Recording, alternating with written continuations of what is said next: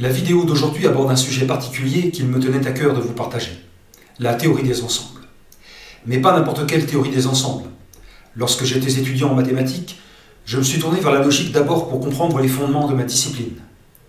J'ai découvert que les ensembles de l'intuition avec lesquels je travaillais au quotidien n'étaient pas les ensembles des logiciens, ceux de la théorie axiomatique des ensembles dans sa version formelle moderne. J'ai dû accepter de faire un compromis sur cette question fondamentale, mais je me suis toujours promis d'y revenir et de trouver une solution plus satisfaisante. J'ai finalement abouti il y a quelques mois en produisant ma propre version de la théorie, suffisante pour refonder toute la mathématique moderne sur des bases logiques et rigoureuses, mais aussi intuitives et naturelles. Dans cette théorie naturelle des ensembles, on s'est débarrassé des paradoxes gênants de la théorie initiale et on est revenu à ce qu'on appelle le paradis de Cantor. Les ensembles sont ceux de l'intuition, la logique est celle de la nature, et nous pouvons profiter sans logique formelle de tout ce que la théorie des ensembles, et donc la mathématique, peut nous offrir.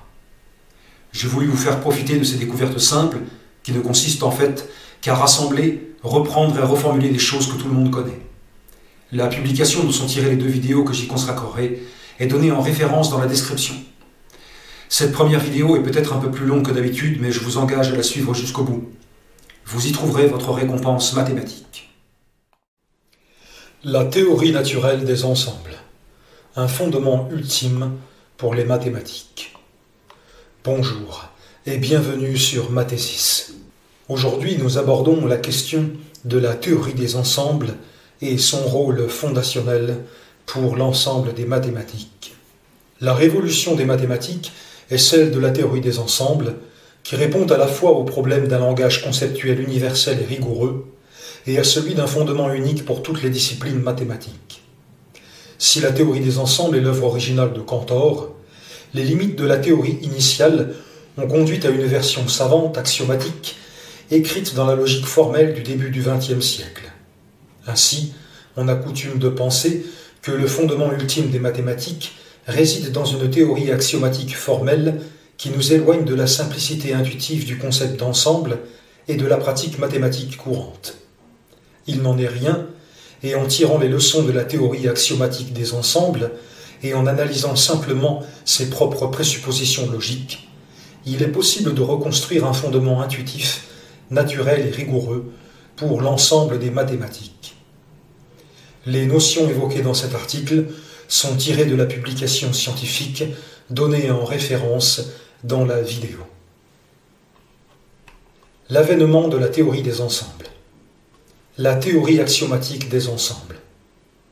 La théorie axiomatique des ensembles est une des réussites mathématiques et scientifiques majeures du XXe siècle et de l'histoire des sciences en général. Depuis l'avènement de cette branche très particulière de la logique mathématique, qui s'est développée en relation étroite avec elle, les théories des ensembles comme ZF pour Zermelo-Fraenkel, du nom des mathématiciens Ernst Zermelo et Abraham Fraenkel, ou ZFC, pour ZF avec en plus l'axiome du choix, avec des ajouts ou des modifications éventuelles, sont aujourd'hui considérés par une grande majorité de mathématiciens comme un fondement ultime satisfaisant pour toutes les mathématiques, classiques et modernes. Les limites de la théorie intuitive de Cantor. Or, ces théories axiomatiques sont des raffinements de la théorie des ensembles de Georg Cantor, père de la discipline, et inventeur d'une théorie intuitive révolutionnaire qui souffrait toutefois de défauts rédhibitoires. Parmi ceux-ci, certains paradoxes liés à l'autoréférence furent mis au jour par Cantor lui-même, puis par d'autres mathématiciens. On peut citer notamment le paradoxe de Russell, il ne peut pas exister d'ensemble de tous les ensembles, et les paradoxes de Burali-Forti, il ne peut pas exister d'ensemble de tous les nombres ordinaux, et de Cantor, il ne peut pas exister d'ensemble de tous les nombres cardinaux. Par ailleurs, une théorie intuitive des ensembles ne permet pas de prendre en charge sur le plan mathématique la question de leur définition. L'apport de la logique mathématique formelle. Ainsi, c'est grâce au calcul des prédicats, sorte de b.a.-ba de la logique mathématique naissante, qu'on a pu édifier une théorie des ensembles libérée de ces restrictions. En effet, cette logique du premier ordre permet de donner une description mathématique rigoureuse à la fois des structures mathématiques simples et du langage qui sert à les décrire. Comme la théorie des polynômes, dont elle est un analogue, elle fournit une représentation des objets linguistiques utilisés en mathématiques et de leur relation aux objets mathématiques qu'ils dénotent. Il est donc possible, grâce à la logique formelle, de reprendre la théorie naïve, c'est-à-dire intuitive, de Cantor, pour la traiter comme un objet mathématique à part entière dont nous contrôlons les formations syntaxiques et leur signification. Le problème des fondements de la science mathématique. Le rapport des théories formelles a une base intuitive. Pourtant, le calcul des prédicats lui-même est une théorie mathématique qui repose sur la notion d'ensemble elle-même et doit donc être fondée sur une théorie intuitive des ensembles. Il pourrait sembler qu'il y a là une certaine circularité. Toutefois, les ensembles des théories axiomatiques écrites dans la logique du premier ordre ne sont pas les ensembles de l'intuition qui fondent celle-ci. Ce sont les éléments de certains modèles de ces théories. Ainsi, les théories axiomatiques formelles comme ZF ou ZFC et toutes celles de ce type ne peuvent pas représenter en elles-mêmes un fondement mathématique ultime, c'est-à-dire au-delà duquel il n'est pas possible de remonter, car elles reposent en dernière analyse sur une base intuitive à laquelle elles ne peuvent se substituer. L'intérêt métamathématique des théories formelles. Ceci étant dit, la théorie axiomatique des ensembles présente de nombreux avantages.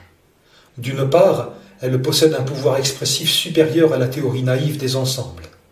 Par exemple, on peut y définir dans chaque univers tous les nombres ordinaux et cardinaux, ainsi qu'une hiérarchie cumulative d'ensembles, et y formaliser en général les définitions mathématiques, de sorte de pouvoir y conceptualiser leurs relations avec les ensembles qu'elles décrivent.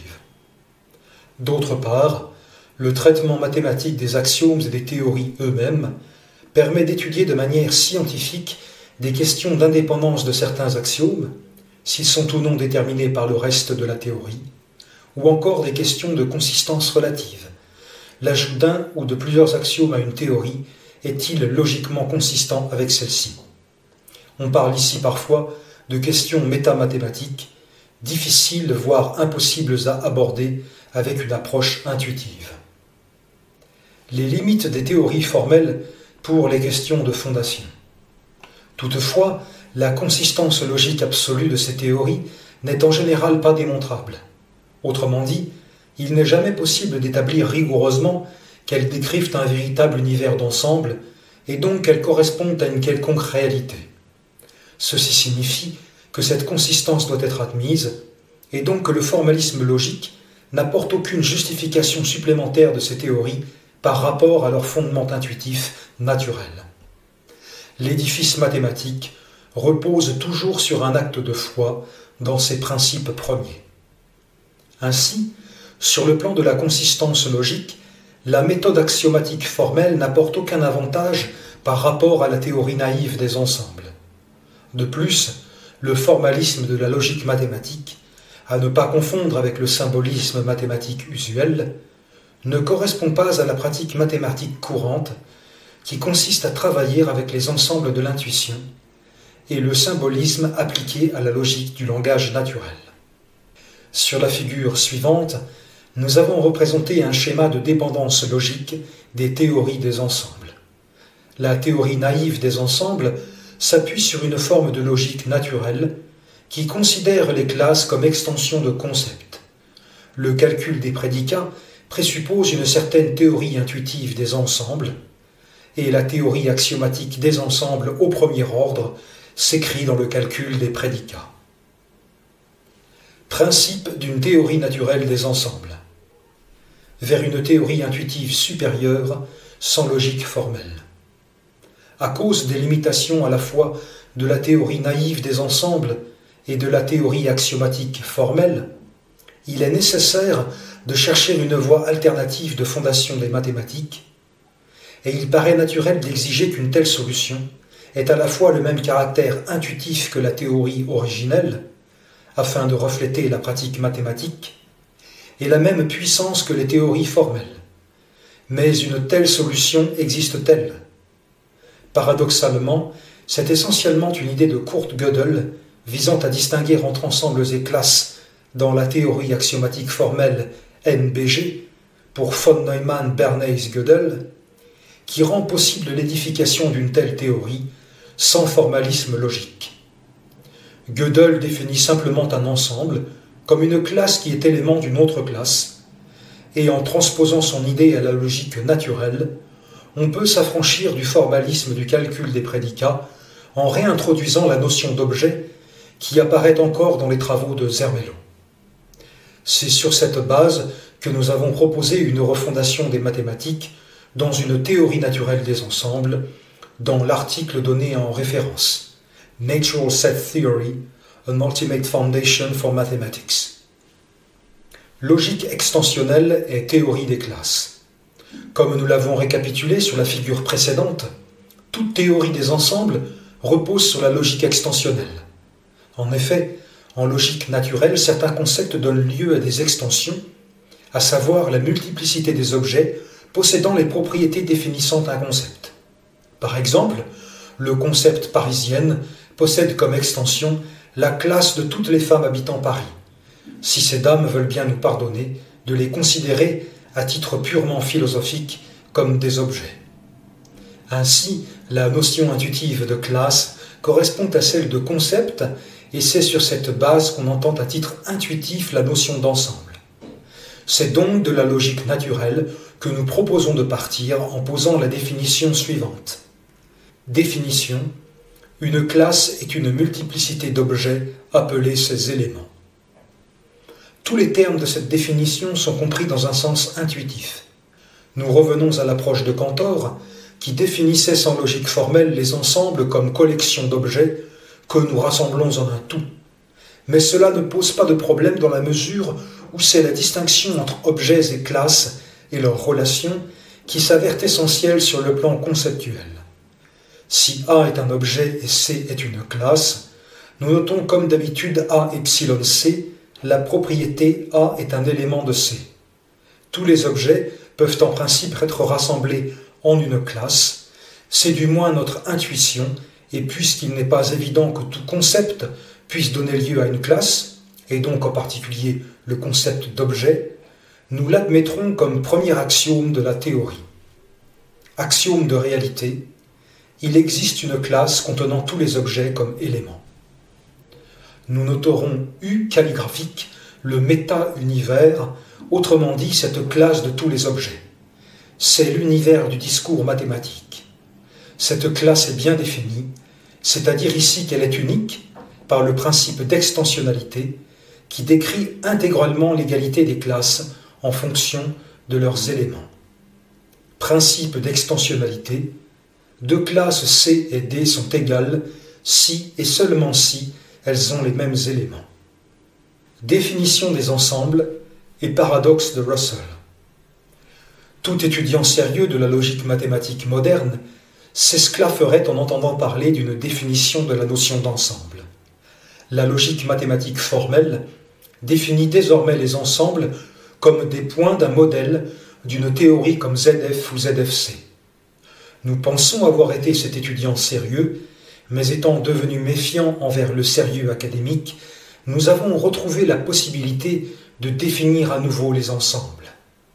Pour Gödel, dans NBG, un ensemble est une classe qui est élément d'une autre classe.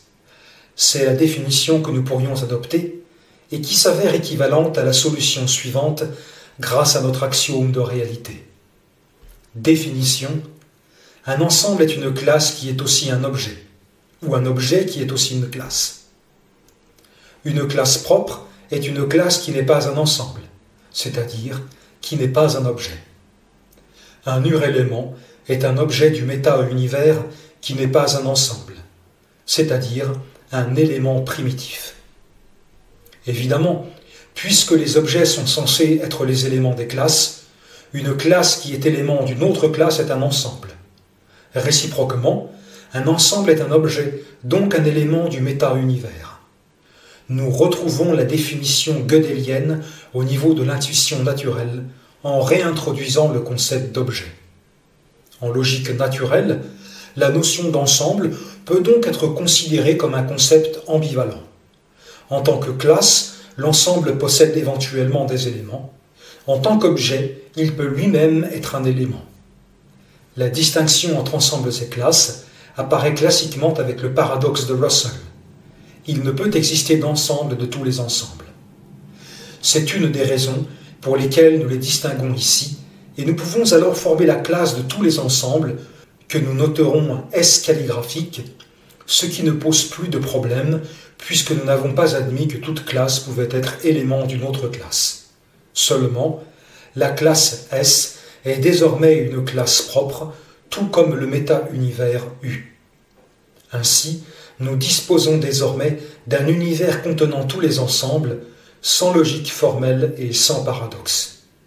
Notons que le méta-univers est formé de la classe S et de la classe U-S des uréléments, qui sont tous les objets naturels que nous pouvons vouloir inclure dans la théorie. Sous-classes et opérations booléennes. Si les classes de la théorie sont les contreparties abstraites des extensions de concepts de la logique naturelle, les relations et opérations logiques doivent y être représentées, et d'abord l'inclusion entre deux classes. Définition: on dit qu'une classe C est une sous-classe d'une classe D, ou que C est incluse dans D, si tout élément de C est un élément de D, ce qu'on note C inclus dans D. Ainsi, par définition, toute classe est une sous-classe du méta-univers U. En particulier, la classe S des ensembles est bien sûr une sous-classe de U. Nous adoptons alors pour toutes les classes les opérations de la logique naturelle. Définition: soit C et D deux classes.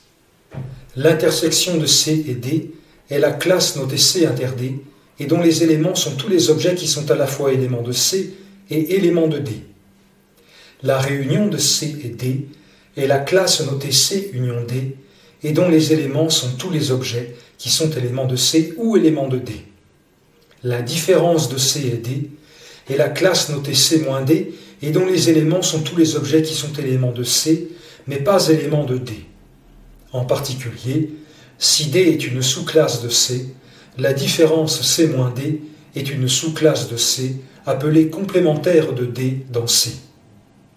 L'inclusion et les opérations booléennes sont évidemment valables pour les ensembles en tant que classe particulière, mais aussi de manière spécifique, ce qui est l'occasion d'entrer dans le cœur de la théorie en abordant les premiers axiomes concernant la classe S.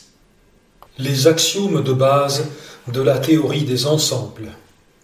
Ayant énoncé les définitions et principes essentiels de la théorie des classes dans laquelle nous inscrivons notre théorie naturelle des ensembles, nous devons maintenant introduire les axiomes élémentaires de celle-ci, c'est-à-dire les assertions indémontrables que nous admettons à propos de la classe S de tous les ensembles. Les axiomes de compréhension et des parties. En premier lieu, si E est un ensemble et C est une sous-classe de E, est-ce que C est un ensemble? Si l'intuition suggère que les classes propres sont trop grosses pour être des ensembles, alors les sous-classes des ensembles devraient être des ensembles. Il faut toutefois, pour l'assurer, introduire à cet égard un axiome spécifique dit de compréhension, le second de la théorie. Axiome de compréhension: si C est une classe et E est un ensemble, alors la classe C inter E est un ensemble. En considérant les classes comme extension de propriétés, cet axiome énonce implicitement que la classe des éléments d'un ensemble ayant une certaine propriété est elle-même un ensemble. Il est équivalent à la propriété suivante. Proposition: toute sous-classe d'un ensemble E est un ensemble, appelé sous-ensemble ou partie de E. Puisque toute sous-classe C de E est un ensemble, nous pouvons alors définir la classe P de E de toutes les parties de E comme sous-classe de S. Mais rien ne garantit à nouveau que cette classe est elle-même un ensemble, ce qui nécessite un troisième axiome. Axiome des parties: si E est un ensemble, alors la classe P de E des parties de E est un ensemble. Ainsi, les sous-classes d'un ensemble E sont des ensembles qui forment un ensemble P de E. Nous dirions de manière plus algébrique que la classe S de tous les ensembles est stable par sous-classe et par formation des parties. L'axiome de la paire et les produits cartésiens. La représentation ensembliste des concepts mathématiques repose essentiellement sur les notions d'ensemble, de relation et de fonction. Pour étendre le concept d'ensemble aux relations et aux fonctions, il faut pouvoir réaliser des produits de deux ensembles quelconques. En fait, le produit de deux classes quelconques existe toujours, mais doit être défini à partir des couples d'objets, ce qui nous ramène au concept suivant. Définition. Si A et B sont deux objets, la paire AB est la classe notée AB entre crochets, dont les seuls éléments sont A et B. La paire EAB existe toujours comme sous-classe du méta-univers U, décrite de manière explicite. Il s'agit intuitivement d'une classe finie, et l'intuition suggère également que celle-ci devrait être des ensembles. À ce stade, toutefois, nous ne pouvons pas le démontrer, et pour définir les produits en général, nous devons adopter un nouvel axiome. Axiome de la paire.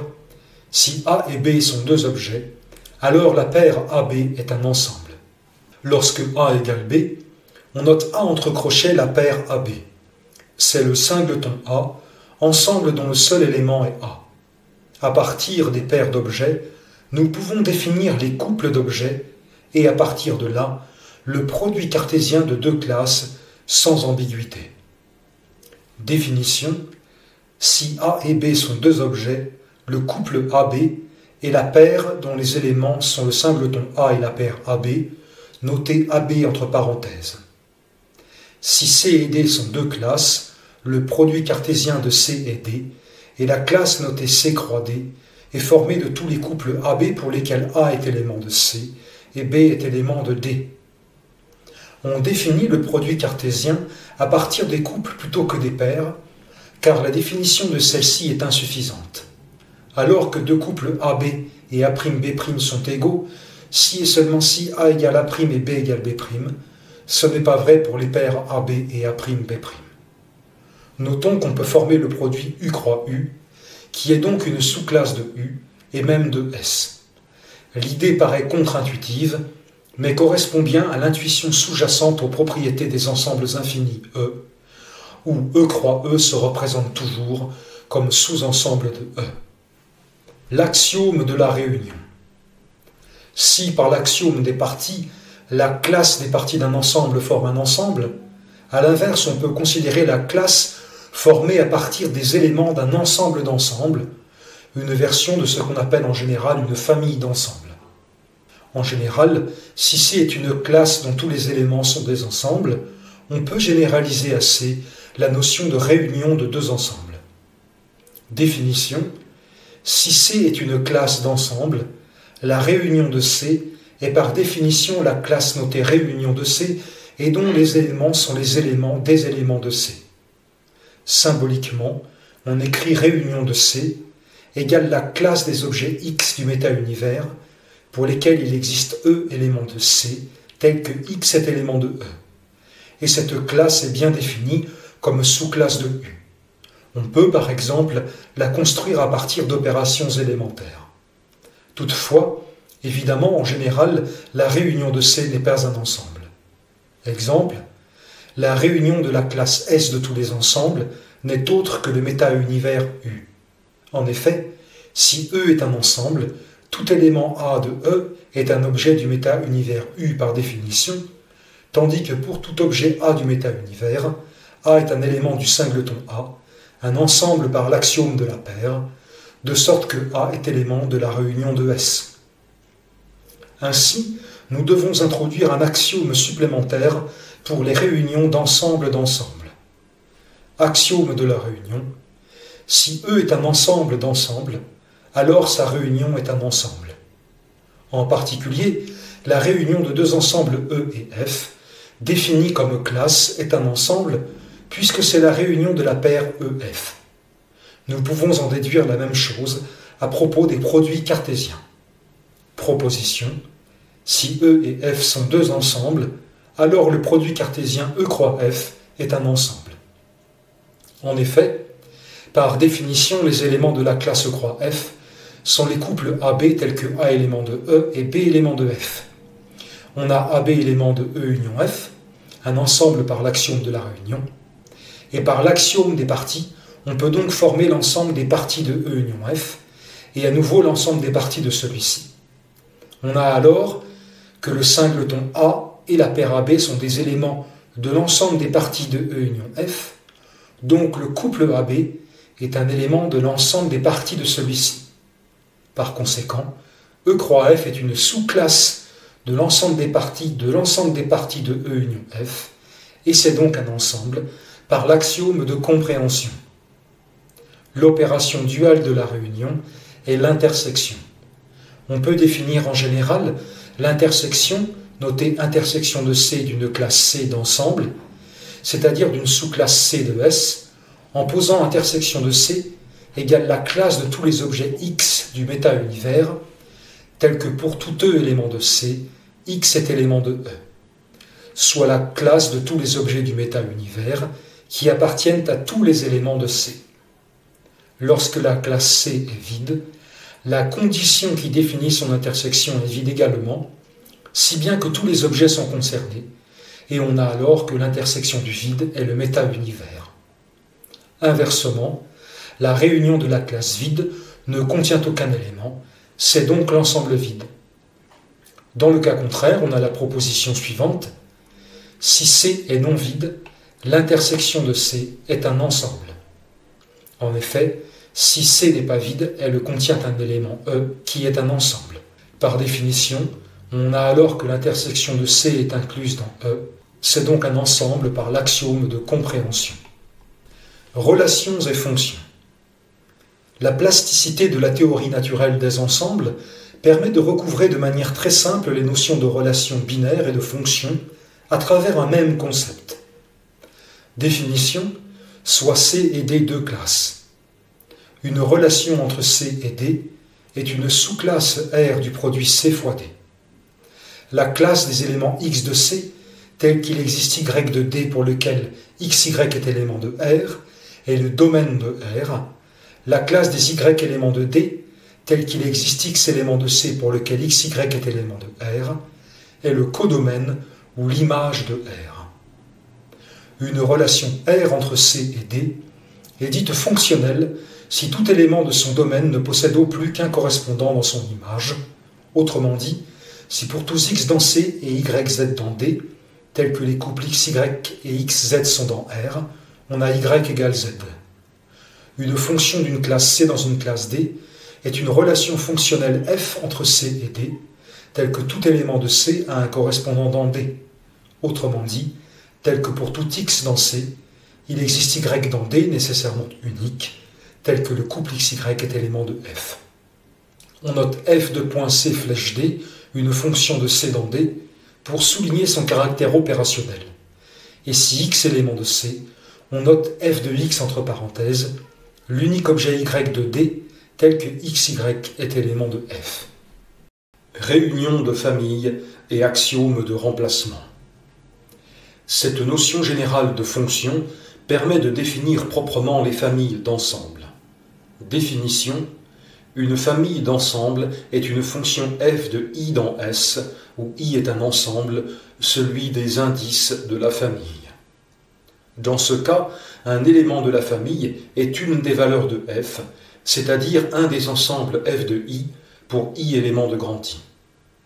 La notion de famille d'ensemble, universellement utilisée en mathématiques, donne lieu à une autre présentation de l'axiome de la réunion, si on considère plutôt les familles d'ensemble que les ensembles d'ensemble. En premier lieu, puisque l'image C de F est une sous-classe de S, on peut en prendre la réunion. Définition: la réunion d'une famille d'ensemble F de I dans S est la classe notée réunion de F, qui est la réunion de l'image C de F. La réunion de F est donc la classe des objets X du méta-univers pour lesquels il existe un indice I de grand I, tel que X est élément de F de I.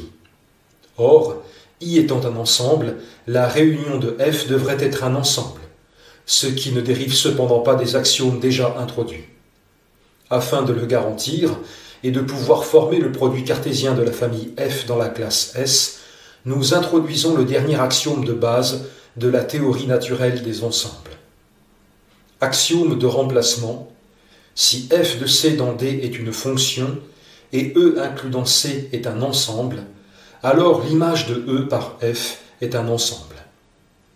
Ainsi, dans le cas d'une famille d'ensembles f de I dans S, l'image C de F est un ensemble, donc sa réunion aussi par l'axiome de la réunion. Nous pouvons donc énoncer l'axiome de la réunion sous la forme suivante. Proposition: si f de I dans S est une famille d'ensembles, alors sa réunion est un ensemble. Le produit cartésien, produit de f, de la famille d'ensembles F, qu'on note souvent produit sur le I élément de grand I des f de I, peut alors être défini sans ambiguïté comme l'ensemble des fonctions petit f de I dans la réunion de f, tel que petit f de I est élément de f de I pour tout I élément de grand I, grâce à tous les axiomes introduits jusqu'ici. Une telle fonction est en effet un sous-ensemble du produit cartésien I croix réunion de f, un ensemble par une proposition précédente, de sorte que le produit de f est une sous-classe de l'ensemble des parties de I croix la réunion de f, et donc un ensemble par l'axiome des parties et l'axiome de compréhension. En conclusion, il est possible de fonder rigoureusement la mathématique dans l'intuition sans utiliser de logique formelle et sans sacrifier les apports essentiels de la théorie axiomatique des ensembles. Cela suppose de retenir la leçon que nous enseigne le paradoxe de Russell pour distinguer fondamentalement entre les classes de nature logique et les ensembles de nature mathématique, et de réintroduire les objets de la logique naturelle pour définir même les ensembles. Cette approche est logiciste, elle vise à fonder la mathématique dans la logique, sans être formaliste. Elle ne place pas l'essence de la mathématique dans le formalisme logique. Au contraire, en allant chercher le fondement logique de la mathématique dans l'intuition, la théorie naturelle des ensembles embrasse pleinement la pratique mathématique courante sans renoncer à la rigueur. Il sera désormais possible de reconstruire en son sein toute la mathématique à partir des autres axiomes qu'il faudra introduire dans un autre chapitre de cette histoire philosophico-mathématique.